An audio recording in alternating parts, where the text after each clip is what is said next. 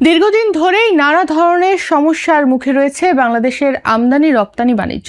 আন্তর্জাতিক বাজারের অস্থিরতা, জ্বালানি ও পরিবহন ব্যয় বৃদ্ধি, লজিস্টিক্সের খাতের জটিলতা এবং বন্দরে পণ্য খালাসে দীর্ঘসূত্রতার কারণে ব্যবসায়ীদের ব্যয় ও সময় দুটোই বাড়ছে।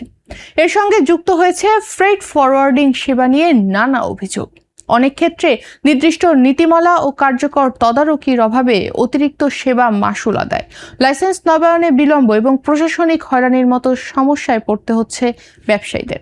পাশাপাশি শিপিং লাইন, C&F এজেন্ট এবং ফ্রেট ফরওয়ার্ডারদের মধ্যে সমন্বয়ের ঘাটতির কারণে পণ্য পরিবহনে সময় বেশি লাগছে। ফলে আমদানি রপ্তানির খরচ বাড়ছে এবং আন্তর্জাতিক বাজারে বাংলাদেশের প্রতিযোগিতার সক্ষমতাও কমে যাচ্ছে। এই পরিস্থিতি থেকে উত্তরণে এবং আন্তর্জাতিক বাণিজ্যকে আরো সহজ ও আধুনিক করতে নতুন উদ্যোগ নিয়েছে জাতীয় রাজস্ব বোর্ড NBR। সঠিক প্যাড আর সঠিক তথ্য দিয়ে এসব সামলে নিব এক হয়ে। Monalisa sanitary napkin. সংস্থাটি customs freight forwarding agent licensing বিধিমালা যুগোপযোগী করতে সংস্কারের কাজ শুরু করেছে।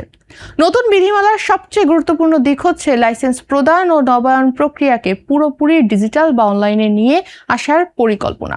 এর ফলে ব্যবসায়ীদের আর ম্যানুয়ালি আবেদন করতে হবে না, কাগজপত্র জমা দেওয়া ও দপ্তরে বারবার যাওয়ার প্রয়োজনও কমবে। একই সঙ্গে লাইসেন্স নবায়নের সময়ও কমে আসবে এবং হয়রানির সুযোগও কমবে বলে মনে করছে NBR সূত্রে জানা গেছে, খসড়া ফ্রেট ফরওয়ার্ডার্স রুলস 2025 নিয়ে দেশি বিদেশি অংশীজনদের মতামত যাচাই করতে 5 সদস্যের একটি কমিটি গঠন করা হয়েছে। এই কমিটিকে 15 কার্যদিবসের মধ্যে খসড়া বিধিমালা পর্যালোচনা করে প্রয়োজনীয় সংশোধনী ও সুনির্দিষ্ট সুপারিশ দিতে বলা হয়েছে। সেই সুপারিশের ভিত্তিতেই চূড়ান্ত বিধিমালা প্রণয়ন করা হবে। খসড়া নীতিমালা পর্যালোচনায় দেখা গেছে, ফ্রেট ফরওয়ার্ডিং প্রতিষ্ঠানের লাইসেন্স প্রদান ও নবায়ন ব্যবস্থাকে আরো স্বচ্ছ, সহজ এবং আন্তর্জাতিক মানসম্মত করতে পরিবর্তনের উদ্যোগ নেওয়া হয়েছে। বিশেষ করে ইউরোপীয় ইউনিয়ন অর্থাৎ EU, বাংলাদেশের ডেনমার্ক দূতাবাস এবং বিভিন্ন বাণিজ্য সংগঠনের সুপারিশ বিবেচনায় নিয়ে দীর্ঘদিনের নীতিগত অনিশ্চয়তা দূর করার চেষ্টা করছে NBR। এতে বিদেশি ক্রেতা ও বিনিয়োগকারীদের আস্থাও বাড়বে বলে আশা করা হচ্ছে।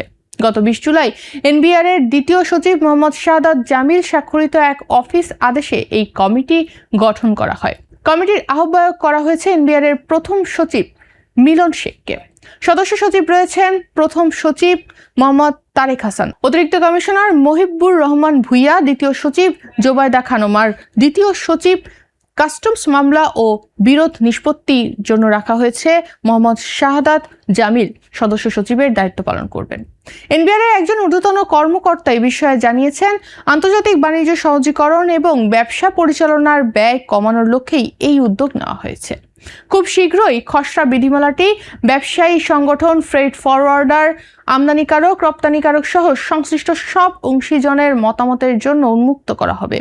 তাদের মতামত বিবেচনা করেই চূড়ান্ত বিধিমালা প্রণয়ন করা হবে। সংশ্লিষ্টদের আশা, নতুন নীতিমালা কার্যকর হলে লাইসেন্সিং প্রক্রিয়ায় স্বচ্ছতা বাড়বে, সময় ও খরচ কমবে এবং আন্তর্জাতিক বাণিজ্যে বাংলাদেশের প্রতিযোগিতার সক্ষমতা আরও শক্তিশালী হবে।